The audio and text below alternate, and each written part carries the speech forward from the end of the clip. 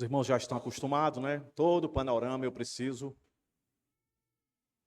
dizer quem é o indivíduo, qual o período, né? Para a gente se situar no tempo e no espaço. Isso faz parte, meus irmãos. Aí para algumas pessoas isso pode ser enfadonho, mas eu acredito que não. Então hoje nós vamos dar início aqui à profecia de Sofonias, Dia do Senhor. E ele não vai dizer muita coisa diferente do que a gente já tem ouvido aqui nos profetas menores. Mas ele vai aprofundar. É isso que torna a carta especial, ou melhor dizendo, a profecia, o livro especial. Porque, olhando assim bem racionalmente para as Escrituras, meus irmãos,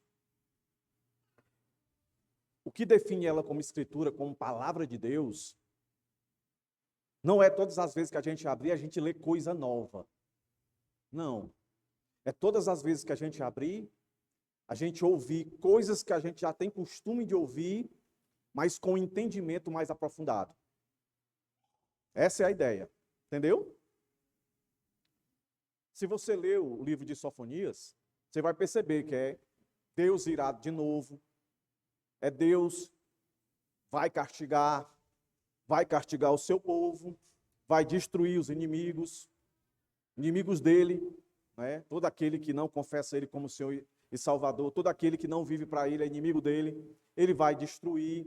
Então, é o mesmo roteiro, mas sempre tem algo que nos leva a um aprofundamento acerca dessa característica de Deus, esses atributos de Deus de juiz. Certo, irmãos? Então, o profeta Sofonias é um indivíduo assim como Abacuque. E eu acredito assim também como todo ministro que é levantado por Deus. Ele acaba se tornando solitário, porque a pregação dele não vai agradar a todo mundo. Então eu queria ler aqui os 3 versos que vai abordar esse nosso panorama, que eu acredito que é um resumo do que Sofonias vai tratar aqui, tá certo? O primeiro deles está no verso 14. Capítulo 1, verso 14. O segundo está no capítulo 2, verso 3. E o terceiro, capítulo 3, verso 8.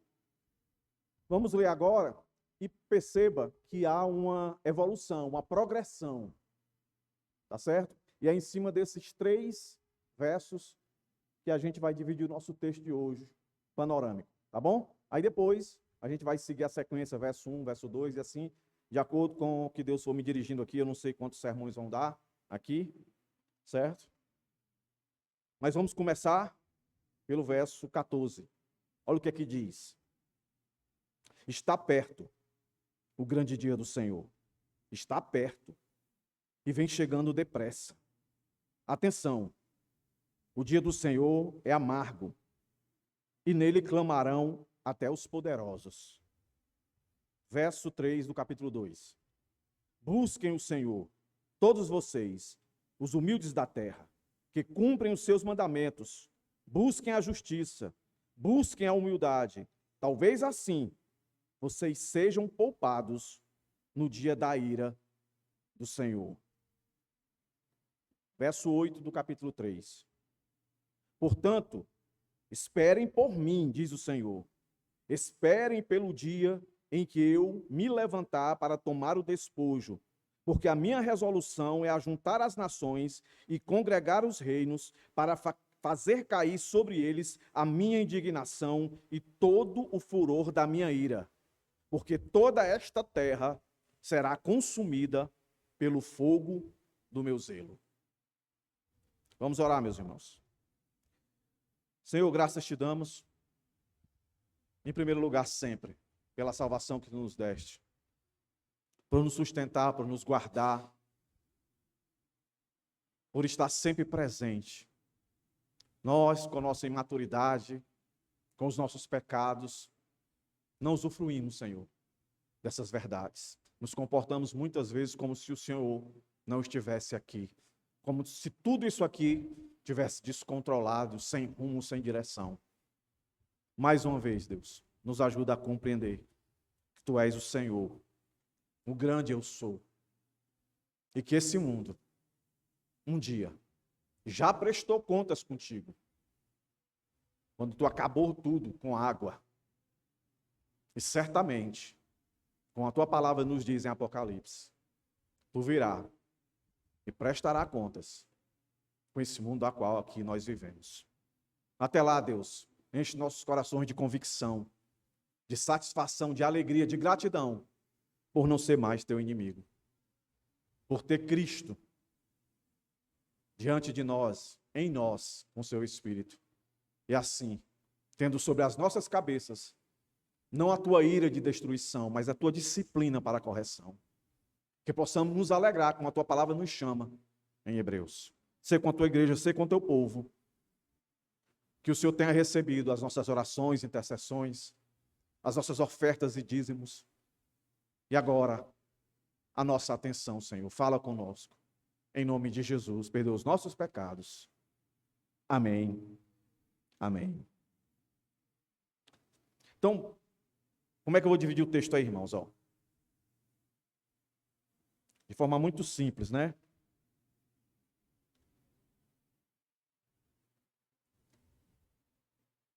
Mas antes que nós adentremos a esses pormenores, deixa eu só situar os irmãos aqui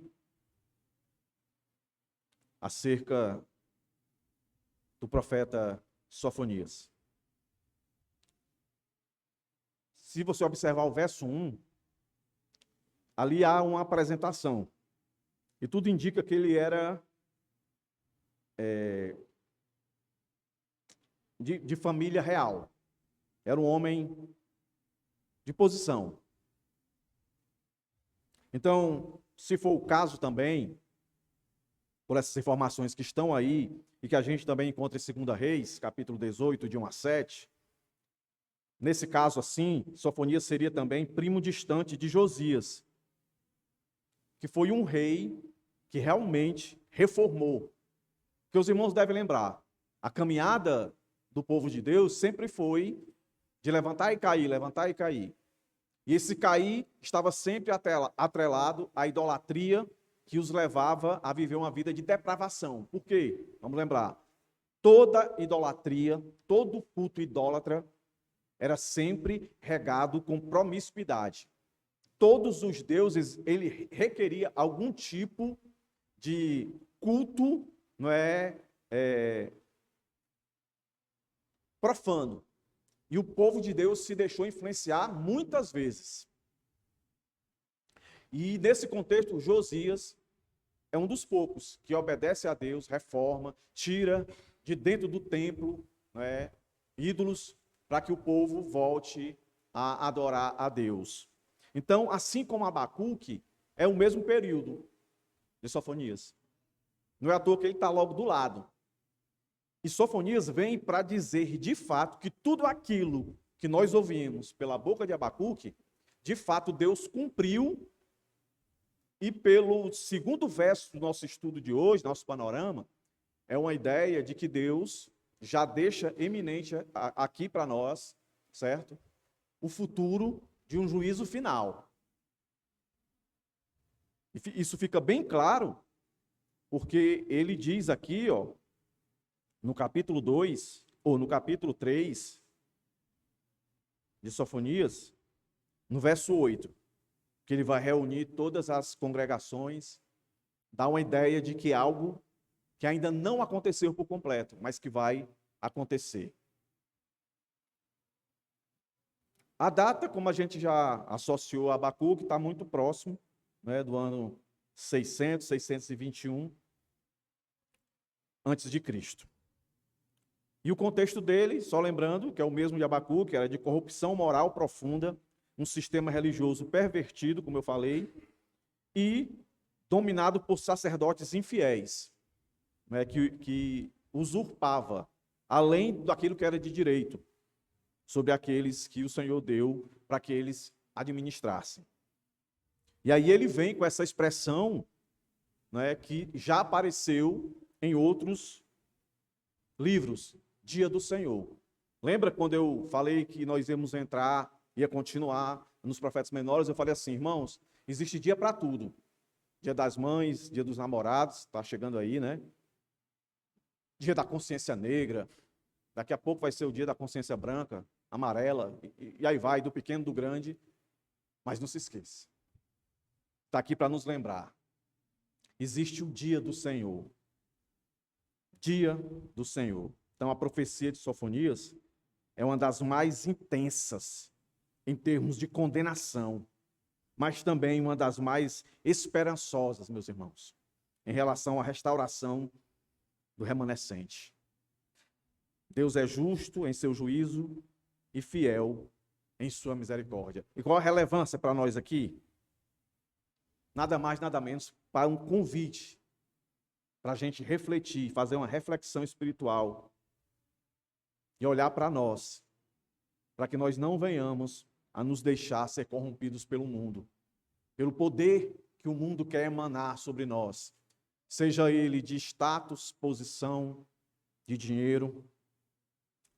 Um comentarista diz o seguinte acerca desse livro: o verdadeiro avivamento começa com um senso renovado da santidade de Deus e da pecaminosidade do homem. Faz lembrar Abacuque, não é? Então, o Senhor Deus, no verso 17, olha que verso do capítulo 3 diz: o Senhor Deus, teu Deus, está no meio de ti, poderoso para salvar.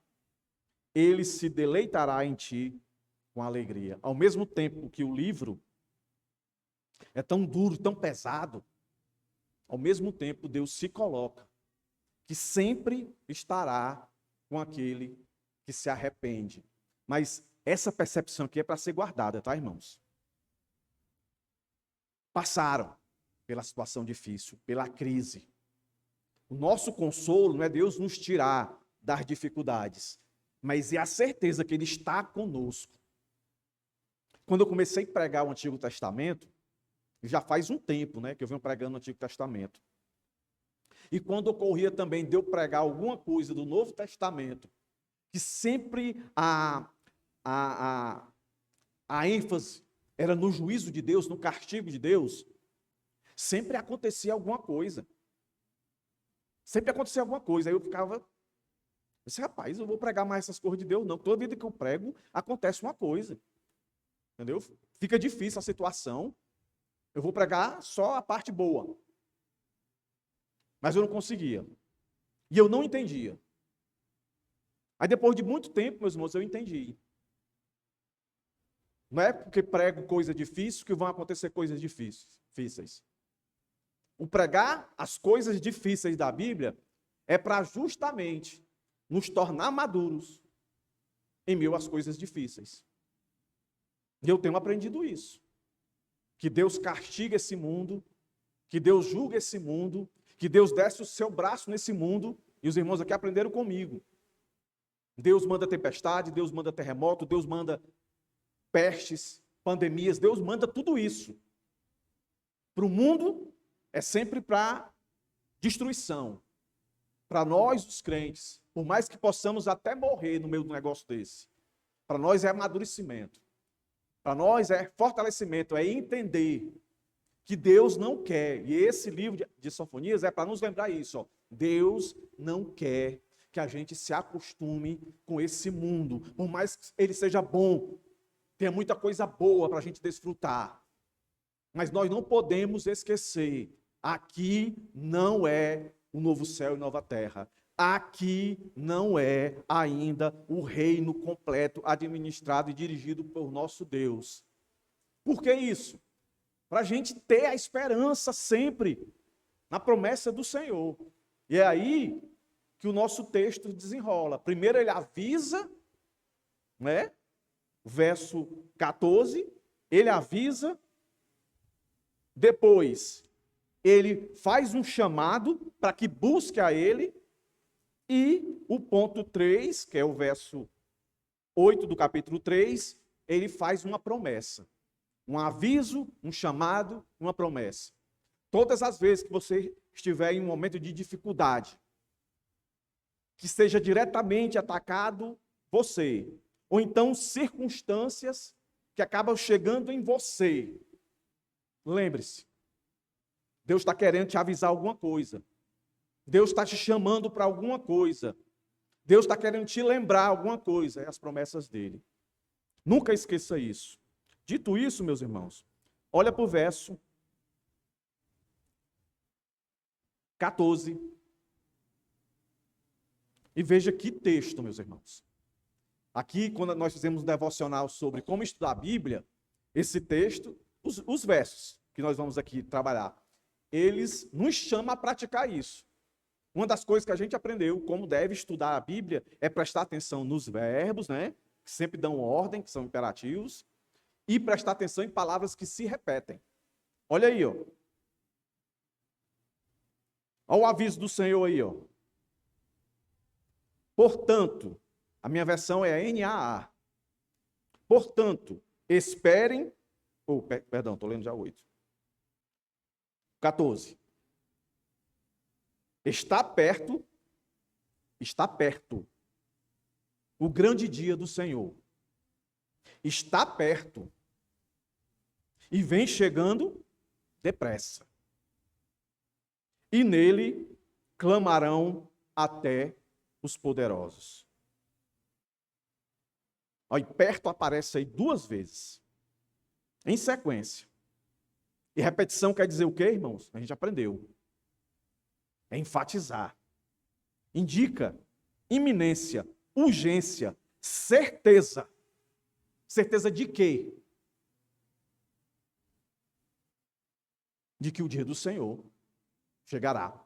Quando eles escutam isso, o profeta quer que eles lembrem de tudo que Abacuque tinha dito. Olha, Deus vai fazer justiça. Vai chegar o dia do Senhor.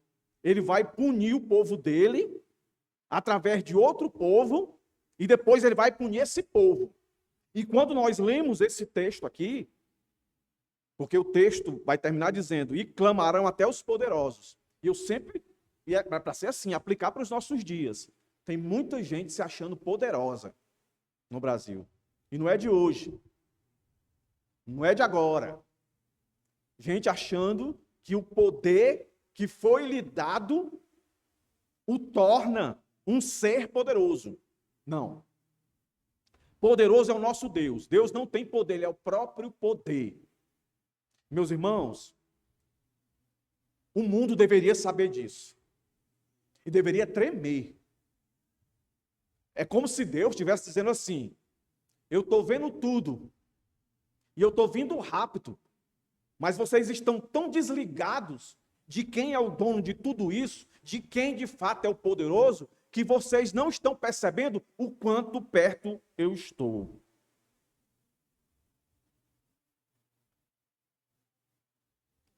E Deus faz questão de dizer que não só está perto,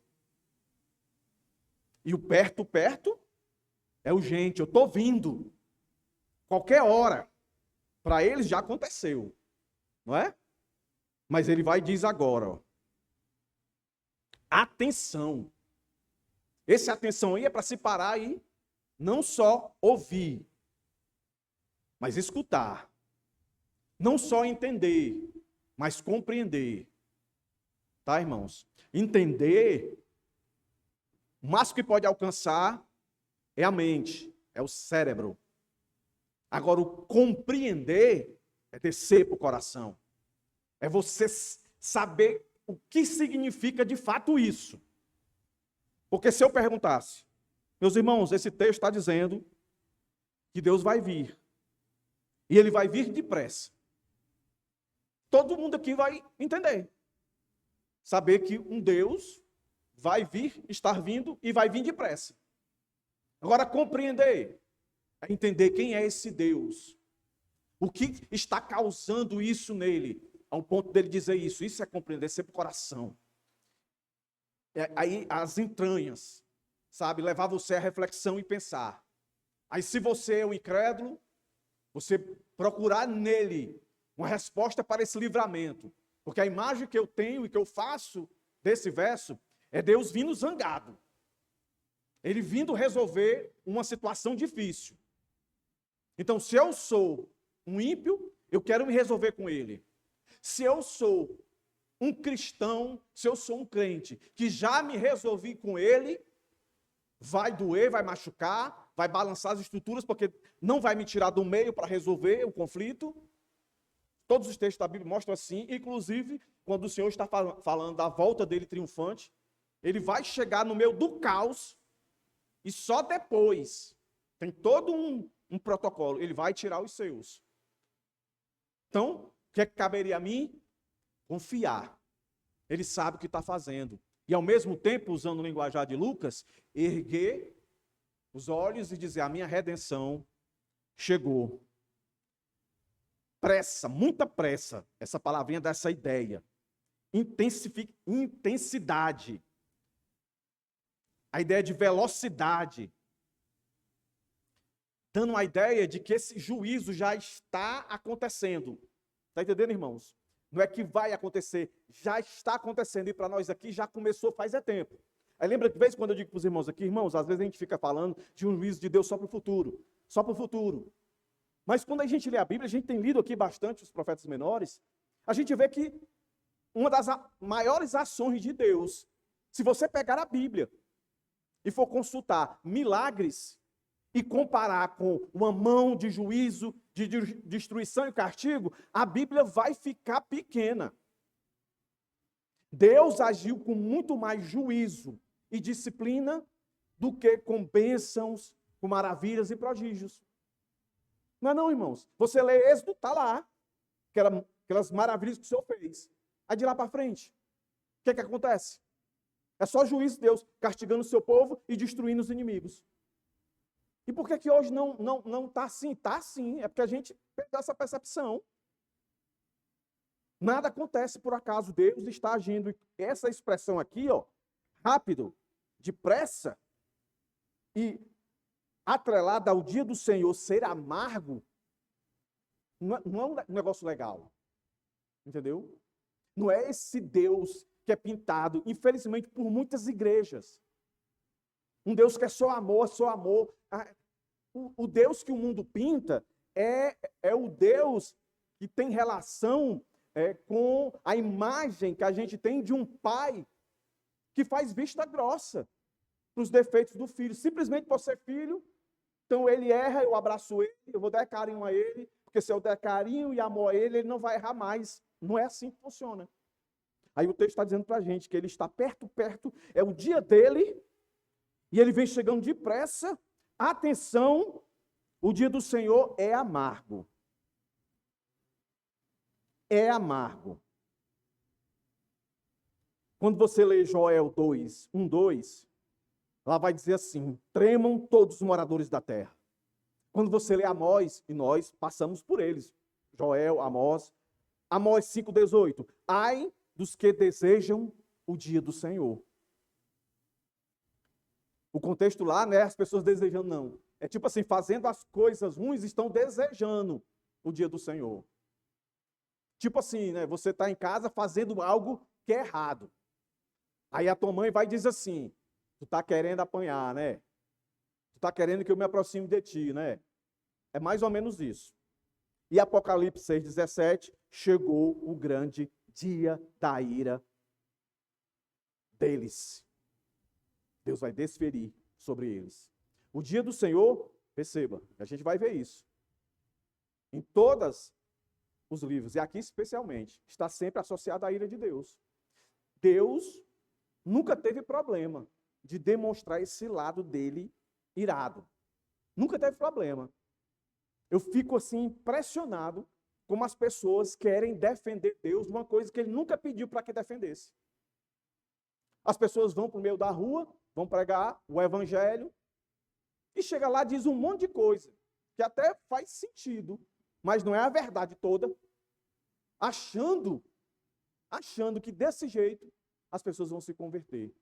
Meus irmãos, o que a gente tem que colocar na cabeça é o seguinte, a nossa responsabilidade não é converter ninguém, A nossa responsabilidade é ser fiel na entrega da palavra de Deus, entregar ela por completo.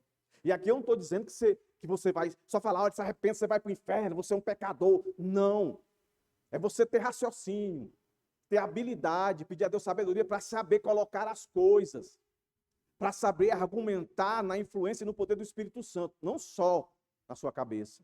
E certamente muitas coisas você vai falar que se fosse depender só da sua racionalidade, você não teria coragem de falar. Assim como Abacuque, Sofonias e tantos outros, Isaías, Jeremias, sofreram. Então, a história do povo de Deus, a história da igreja, sempre pontuou.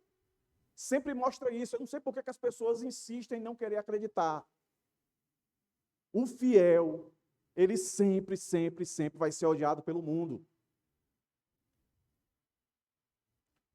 E Deus não tem problema em que o mundo odeie ele. Ele não tem problema com isso. Porque não é problema para ele, ele resolve. Agora a gente, às vezes, quer resolver isso. Quer apresentar um Deus para que as pessoas não tenham ódio de Deus. Vão ter, porque são pecadores. A luz vai expulsar as trevas. É assim a figura que a Bíblia demonstra. Então a justiça de Deus está aqui presente, quando ele diz, o grande dia do Senhor vem chegando depressa.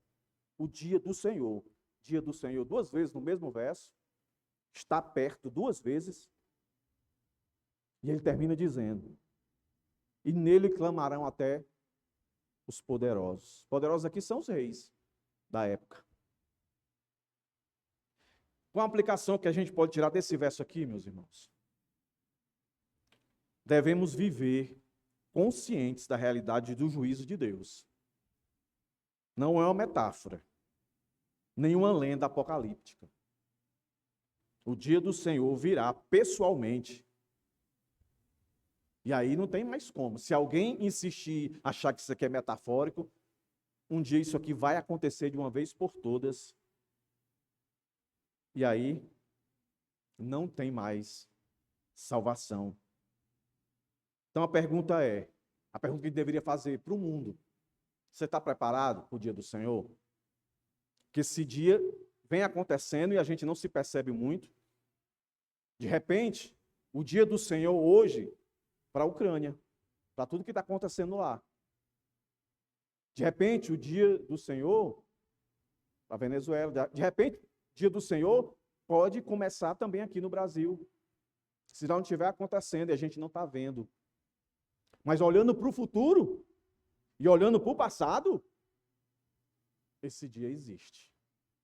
A gente tem que estar preparado. Mateus 24 nos alerta, 2 Pedro 3, do verso 10 ao 12. Deixa isso muito claro.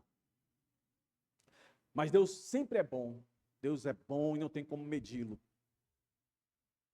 Um verso desse, tão pesado. E aqui é só o panorama.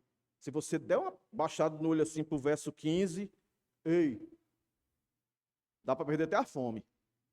Mas não é hoje. Aí não sei no decorrer. Nós vamos voltar nesse verso de novo, no decorrer das exposições. Mas agora vamos para o segundo ponto do nosso panorama. Deus deu aviso. Eu vou chegar. Eu estou vindo depressa. Viu? Atenção. Isso aqui é palavra de Deus. Aí o que ele diz agora? Verso 3 do capítulo 2. Qual é a nossa responsabilidade? Aqui é um chamado para o povo dele. Está falando com o povo dele.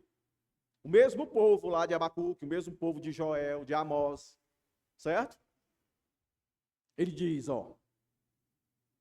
busquem o Senhor, todos vocês, os humildes da terra, que cumprem os seus mandamentos.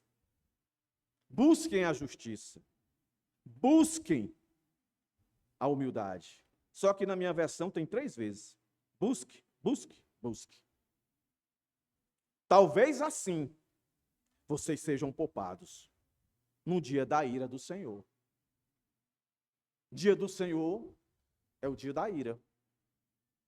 É o dia que ele vem. Não vem mais para oferecer salvação, não. Porque todas as vezes que ele disse que ia resolver uma coisa de uma vez por todas, Ele resolveu. Teve um momento que ele disse, eu vou salvar todo mundo. Vai lá, Jonas, fala para eles. Aí Jonas foi lá, todo mundo sabe a história, Jonas foi lá, e ele foi e salvou todo mundo. Passou-se o tempo, uma nova geração surgiu, aí ele mandou outro profeta. E o profeta diz o quê? Não vai escapar ninguém. Escapou? Escapou não. Foi tudo pro buraco.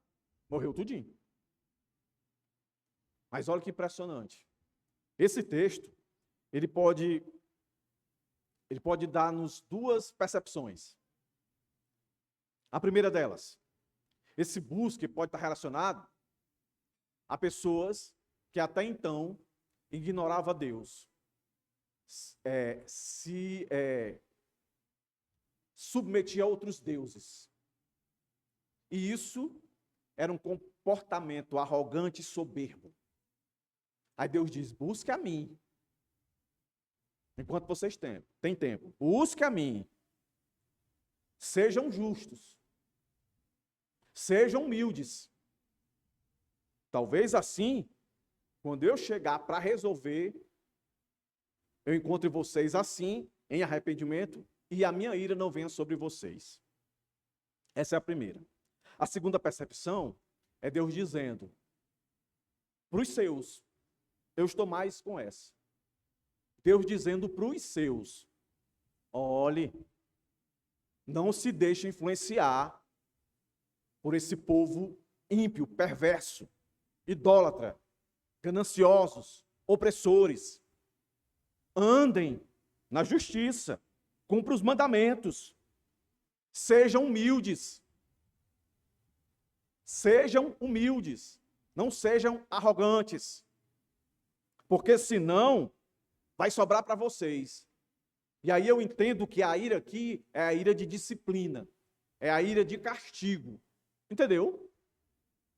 Deus dando uma chamada, é como se Deus olhasse para aqui para a igreja Bíblica Monte Sião, e a Bíblica Monte Sião tivesse já deixado o mundo entrar aqui dentro, né? Muitas coisas que não faz parte daquilo que Deus reclamou para que nós fizéssemos. Aí Deus vai, levanta um profeta aqui, Joey, eu, e aí vai e diz assim, aí eu digo assim, irmãos, Deus está dizendo que a gente deve buscar Ele, não buscar essas coisas. Deus está dizendo para a gente abandonar essas práticas erradas e viver os mandamentos de Deus. E buscar a justiça, parar de oprimir as pessoas, parar de ser insensível às dores dos menos favorecidos. O Senhor está dizendo, porque senão vai sobrar para nós, Ele vai fazer um avivamento aqui. Aí nós aprendemos em Abacuque, avivamento é Deus fazer a sua obra, é botar o mundo no eixo, entendeu? Derrubar soberbo. E quando Ele vai balançar o mundo, Ele começa balançando pelo seu povo. E no Novo Testamento vai dizer, começa balançando pela igreja. Por isso que no Novo Testamento, alguém, né? Como é que eu faço para descobrir quem é o joio e o trigo na igreja? Não dá. É só no grande dia. Mas a gente não deve olhar só para o final, não. Até lá Deus vai peneirando, vai peneirando. Vai ficando quem de fato é. Não consegue se aguentar. Só que quando Deus está peneirando, o justo está no meio dos injustos, ele vai ser balançado. Aí o justo, que é maduro, ele entende, ele se segura. Não é comigo, mas eu estou no barco, não é comigo. Eu sei que Deus se agrada de mim porque eu sou justo, mas eu estou no mundo caído. Eu vou sofrer algumas consequências, mas eu confio no meu Deus. É isso que Deus quer que a gente chegue, nesse nível. É isso que nos torna diferentes do mundo. O mundo, quando entra num aperreio, ele se desespera. Não é? Muitos tiram a sua própria vida, outros tentam uma mudança radical. O crente verdadeiro, que conhece o Deus que tem, e por conhecer o Deus que tem, como nós aprendemos aqui, sabe que é pecador.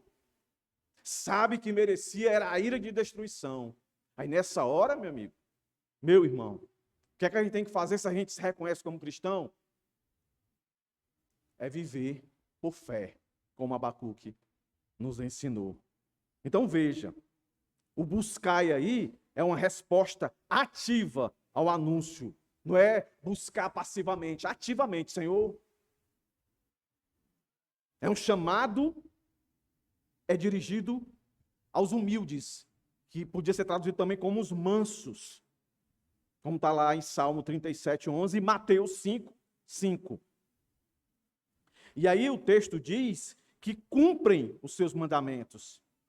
Então a ideia aí é uma prática contínua, crescente, entendeu? Não tem como eu e você nos tornar perfeitos em todas as justiças. A gente está caminhando. É o glória, glória que nós aqui tratamos na providência, às quartas-feiras. É a santificação. É assim.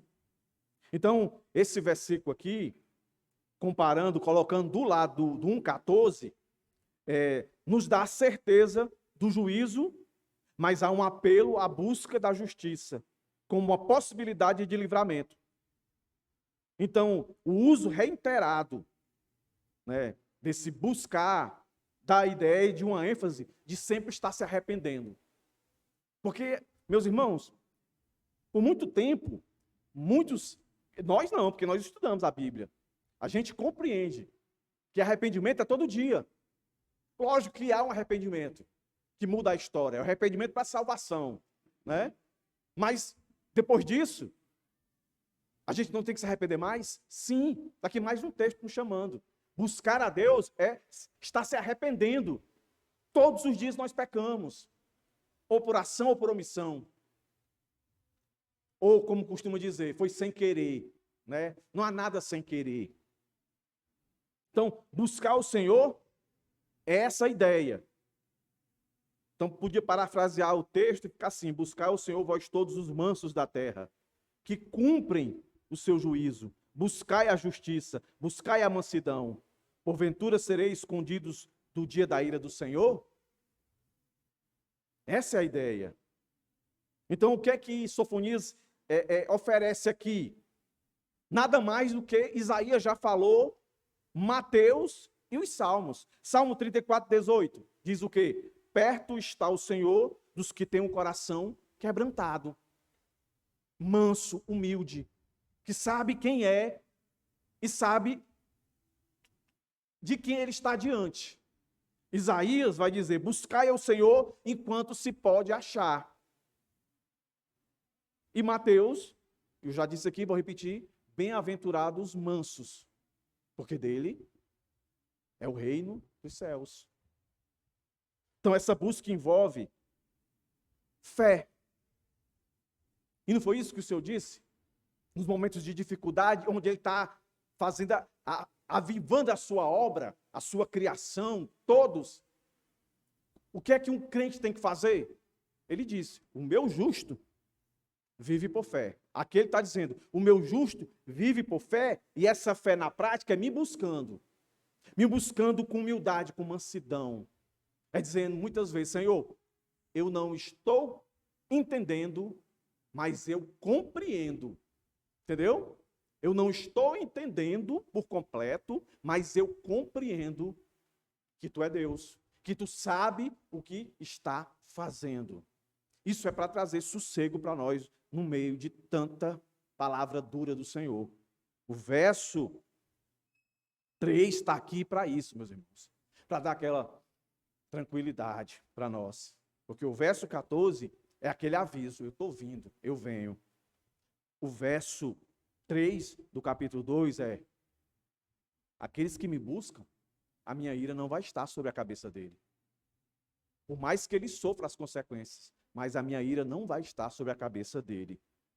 E aí, meus irmãos, para deixar o livro ainda mais maravilhoso, mesmo em meio a um discurso tão pesado, como é que ele termina aí?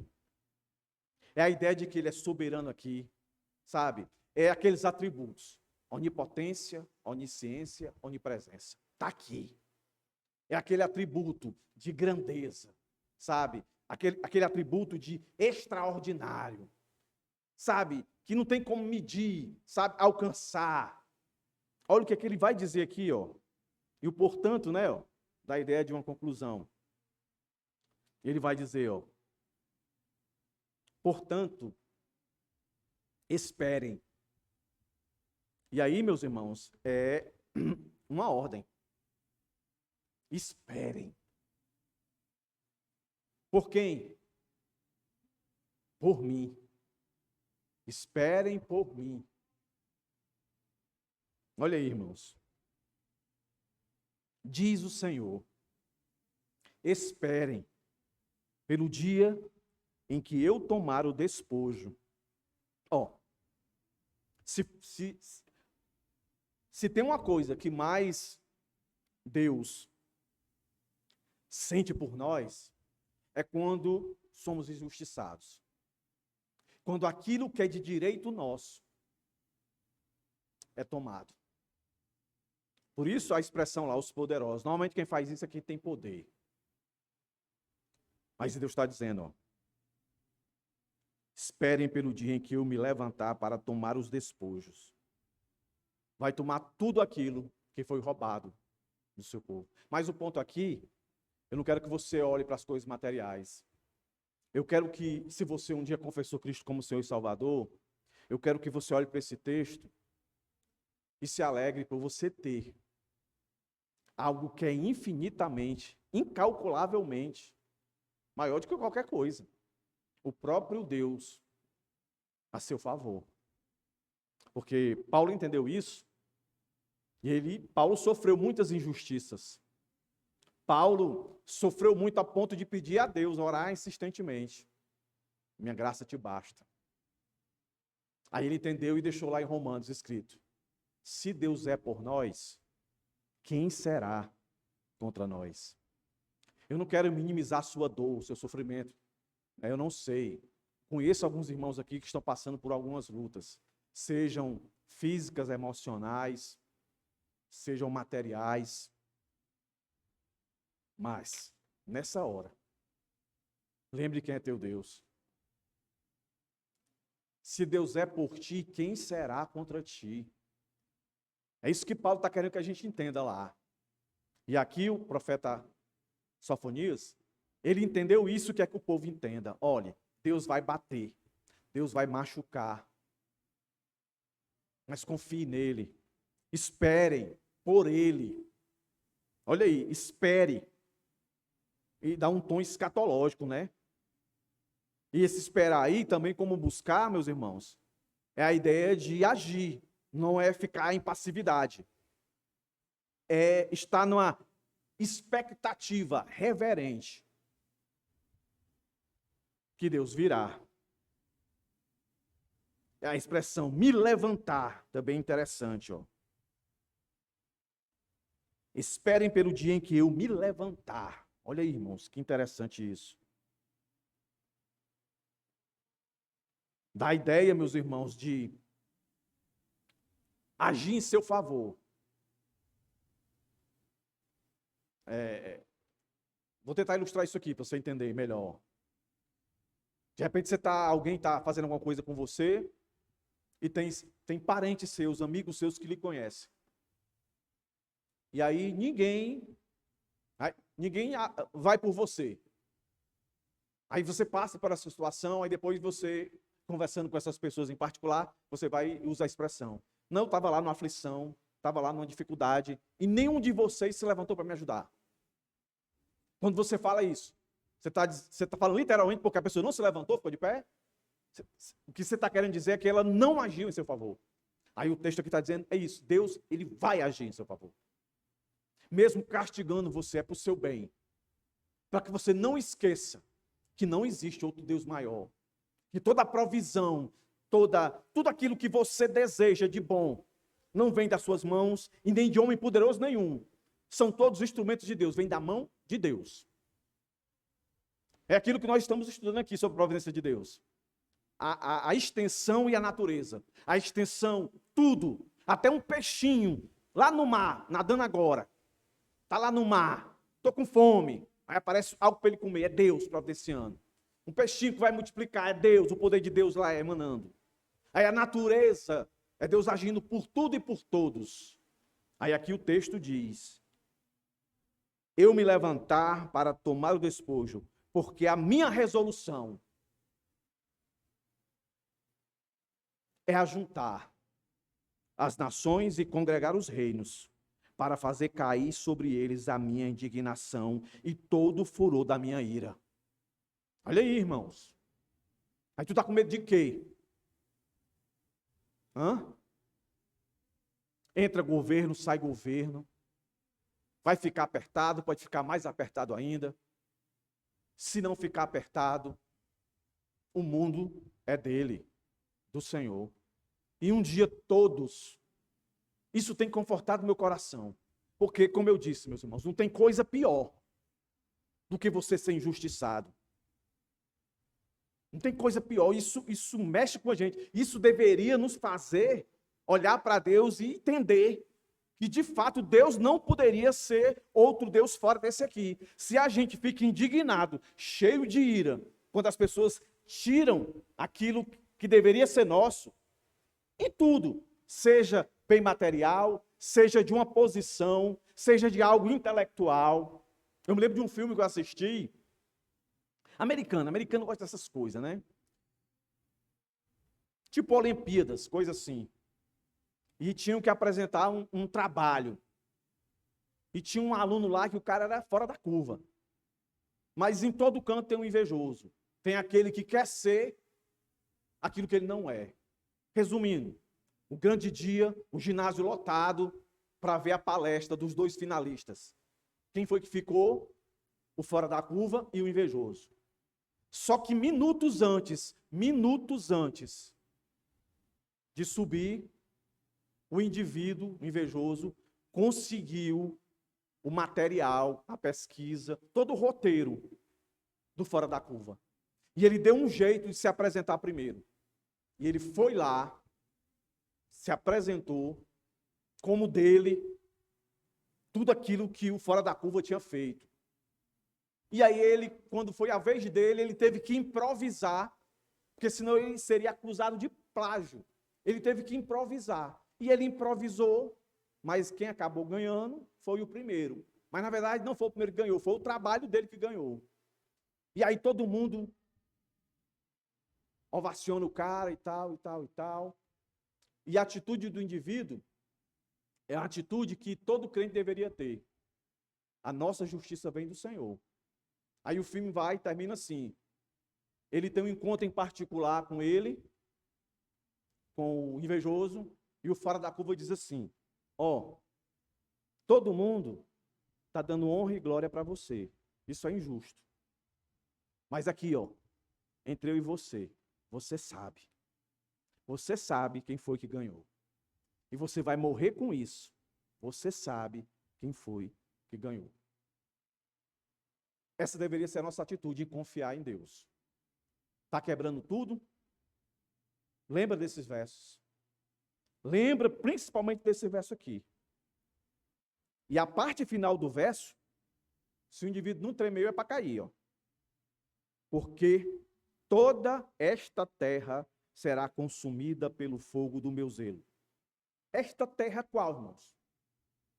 Qual, irmãos? Qual é esta terra aqui? É a que nós estamos colocando os pés aqui. Que foi a mesma que eles colocaram. Os pés também.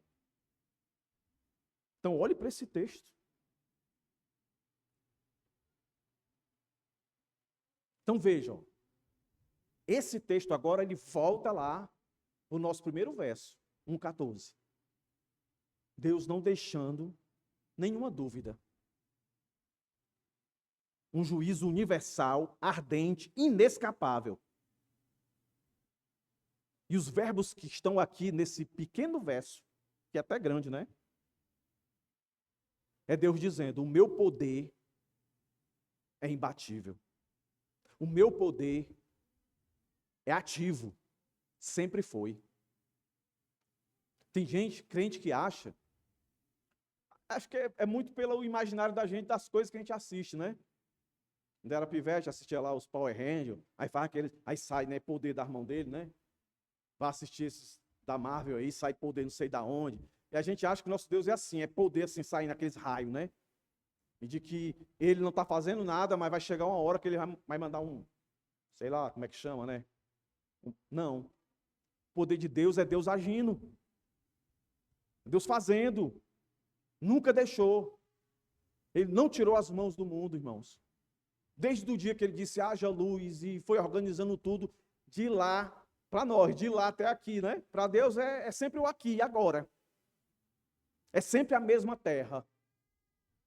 É sempre direcionada a um povo rebelde, distante dele. E é sempre direcionado ao seu povo que convive no meio desse povo rebelde, que se revolta contra ele. E influencia o seu povo a se revoltar contra ele. Mas como ele é um Deus de aliança, ele não quebra a sua aliança. É por isso, irmãos.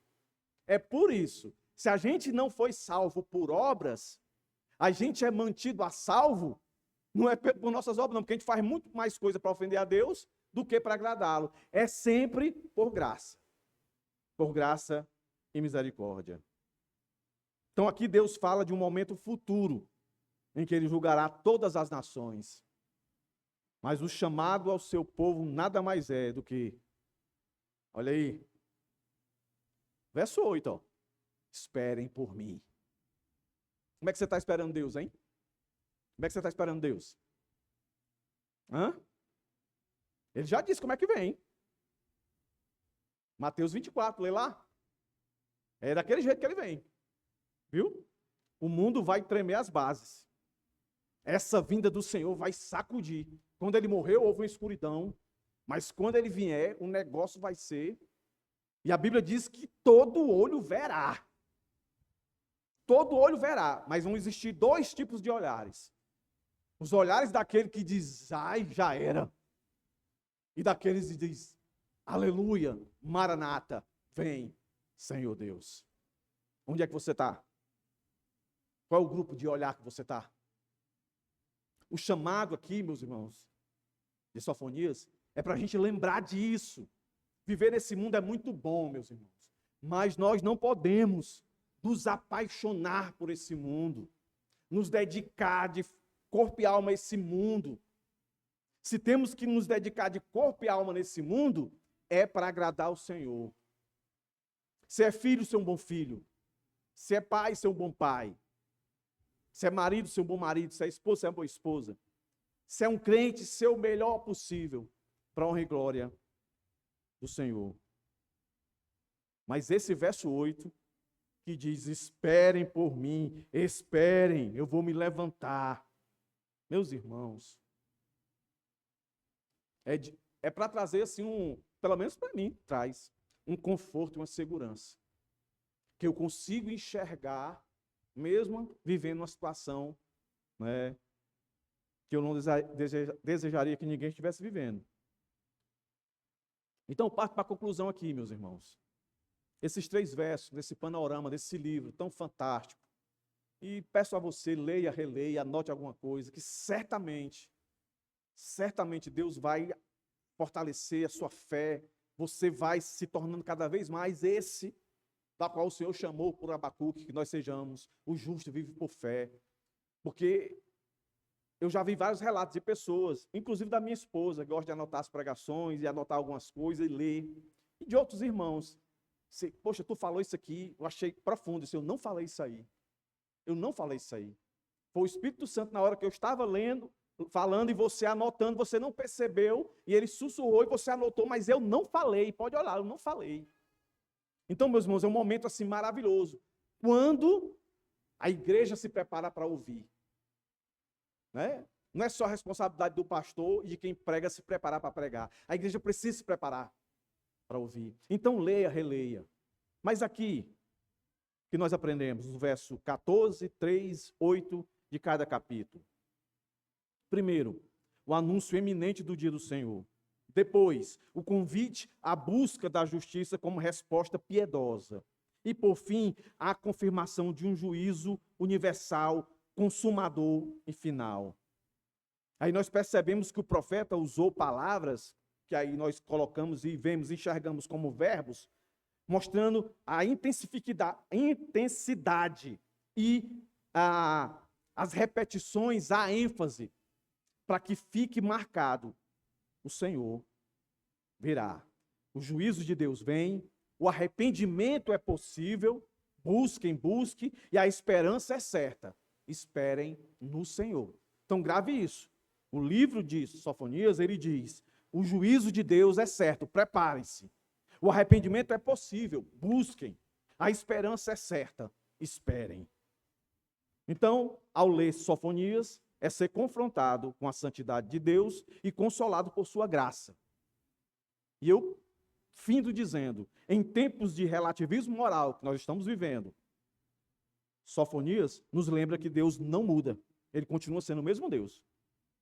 Ele ainda odeia o pecado, ainda chama ao arrependimento, ainda promete restauração para os que se humilham diante dele. Então, meus irmãos, esse livro nos desafia a igreja a viver com seriedade diante e durante a expectativa do dia do Senhor. Que Deus tenha misericórdia de nós e nos ajude a ser aqueles que buscam, aqueles que esperam, aqueles que confiam no Senhor. Amém? Vamos orar. Senhor Deus e Pai, graças te dou por esse tempo, por esse momento.